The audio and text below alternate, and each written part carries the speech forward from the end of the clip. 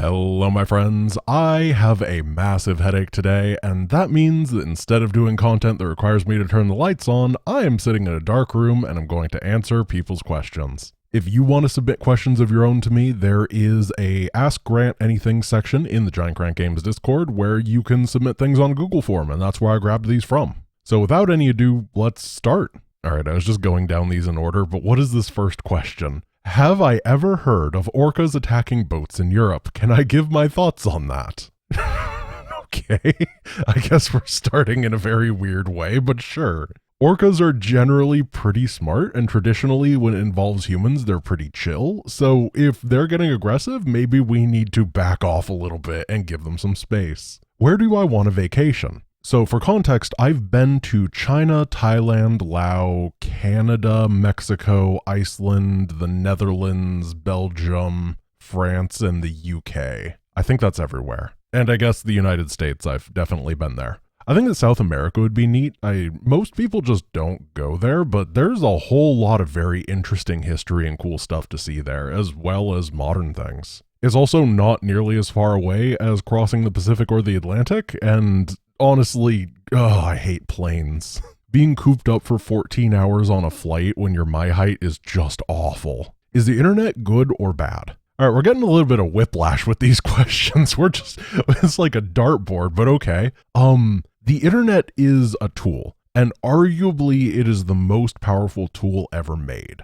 I don't believe that a hammer can be inherently good or evil, and only the people that wield the hammer can be. There will always be bad actors, and they will always use whatever tools they have available to them in order to do bad things. And it's simply a fact that it's easier to hit somebody with a hammer than it is to build a house with one. The malicious route takes seconds to figure out, while productive uses of tools often take decades, even like hundreds of years. The internet as a tool is still in its infancy, so sometimes it's easy to see all the bad things that can come from it, but that's because the truly incredible constructs that are being built slowly appear over decades. On a side note, we've had this exact problem before with the printing press when it came out, and basically everybody in post agrees that the distribution of knowledge via cheap books is one of the most important things that ever happened in human history, but that didn't start the beginning and the middle and even later parts from being rocky at times due to bad actors. And in the here and now, it's just easier to see the bad people than it is the good ones, you know?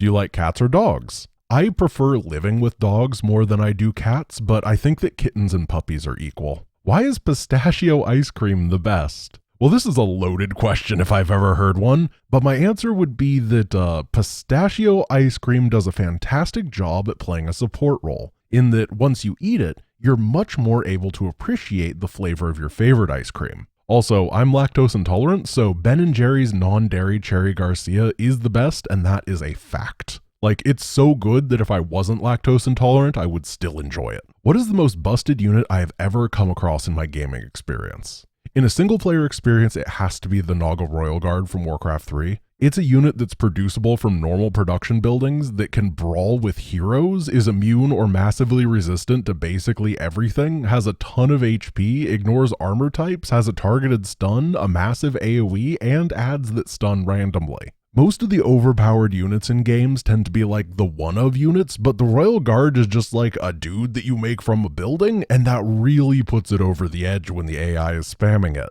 Not looking forward to a nightmare difficulty Warcraft 3. As for multiplayer stuff, I think the answer is pretty clearly the pre-Brood War Mutalisk. The Mutalisk couldn't be beaten before Brood War came out. No faction had anything that could fight it. It was a flying, stacking unit that also happened to just straight up be cost effective against every unit in the game. It was insane. When Brood War came out, the Corsair, the Valkyrie, and the Devourer were all put in the game in order to give every faction an answer. The Medic was also put in so infantry could chase it down with Stim, and the Dark Archon was given Maelstrom in order to counter Mutalisk stacking. That means of the 7 units put into the game for the expansion, 5 of them were at least in some form designed to counter the Mutalisk. And yet it's still considered one of the best units in the game. Just think about that for a bit. How strong you have to be like an S-tier viable unit now, after being hard countered that much. It truly is dumb.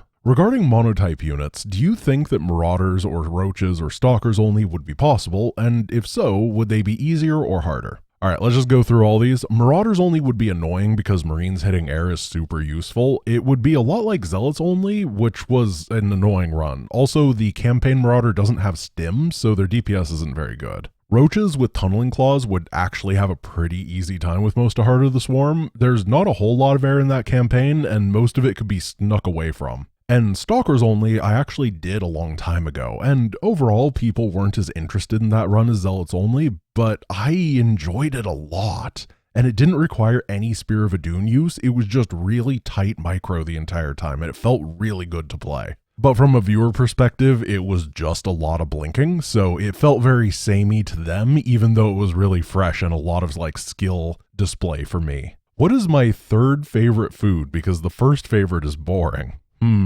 I'm gonna say number 3 is Indonesian Rustafel, which is a presentation of a ton of Indonesian dishes, and there's like small bits of a bunch of stuff, and it's all absolutely delicious because Indonesian food is amazing, and in general, it's super slept on. As a bonus, fourth is probably anything served on Ethiopian injera. It's this like soft sourdoughy type thing that absorbs the juices of whatever you put on it and then you eat it, and it's so flipping good. It's amazing. I don't even know what 1 and 2 are, I'll be completely honest. I just wanted to talk about exciting food. Will I play Zealots or Stalkers only real scale? Honestly, I'm kind of bored of the monotype stuff. I generally get bored of it fairly quickly, like halfway through Heart of the Swarm, I'm just like, alright, I could be done with this now. So I'll probably do it at some time down the line, but I'm kind of burnt out on it right now. What are some RTS genre mixes you would like to see? I think there's a ton of potential in mixing single-player RTS and roguelikes. I don't know exactly how something like that would work, but I think that a really creative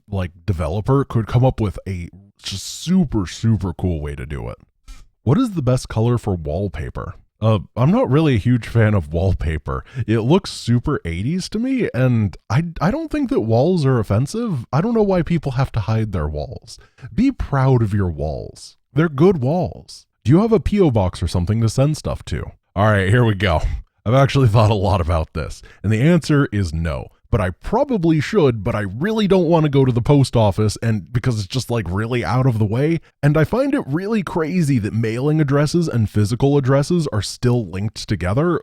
I feel that if the post office offered a service where you could just buy a second mailing address to give out that doesn't broadcast your street address but still has stuff delivered to you, it'd be a huge hit. And I'm surprised that that doesn't exist. Honestly, we're at the technology level where you should be able to just write Giant Grant Games as the person you're sending it to, and the post office would know exactly where to bring it, but for some reason they just don't do that. I'd pay a couple dollars a month to them, and I'm pretty sure there's 1 million people across the United States that would as well if they had something like that. Sorry, rant over. I don't want to go to the post office, man. It's in exactly the other direction of everywhere else I go. What is my favorite D&D class? Yeah, I've mentioned that I've played D&D a couple times, so I'll preface by saying that the last time I played D&D was in 2012, and we still played 3.5 back then, so I don't know much about the modern game. But I don't think that I have a favorite class because I don't think I've ever played a single class twice. I've always been a min-maxer, focusing on coming up with super optimized builds for characters, but instead of making a good class overpowered, I've always been a fan of turning the really bad classes into something average with min-maxing. So for example, one of my favorite characters I ever played was a ranger with 20 strength that would haul around a ballista over his shoulder instead of a bow. Really not worth the investment to be so strong just for a ballista, but you know what? Who cares? It meant that I could do all the power gamer stuff, but I could still play with my friends who were not as much of power gamers, and we would still have a relatively balanced experience, which made it a lot of fun. Pineapples or zucchini on pizza? Is this question a threat? Do I have to pick one? Do you like nachos? Why are there so many food questions? Yeah, nachos are definitely a top 10 food, maybe around 8th, which is pretty good placement. How do you think that we can solve the climate crisis? What is this whiplash of questions? All right. Sure. In the short term, investments in renewables such as solar and wind are the way to go. Specifically, solar is incredibly scalable in a lot of ways, though solar panels long-term sustainability isn't necessarily there.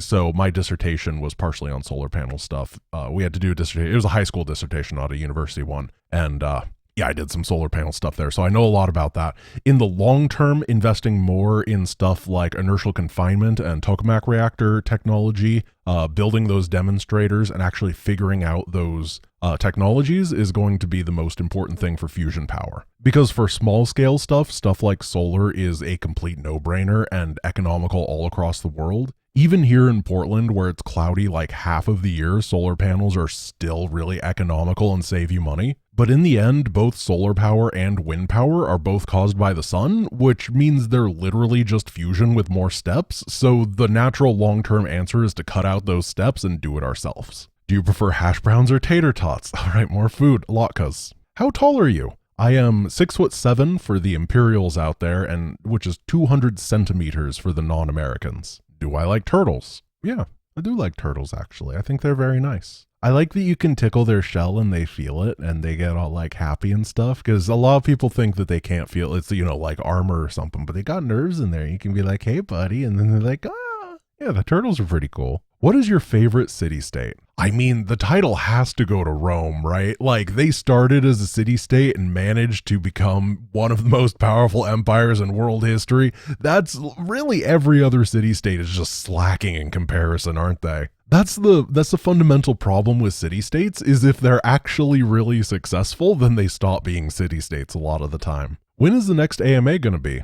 I don't know.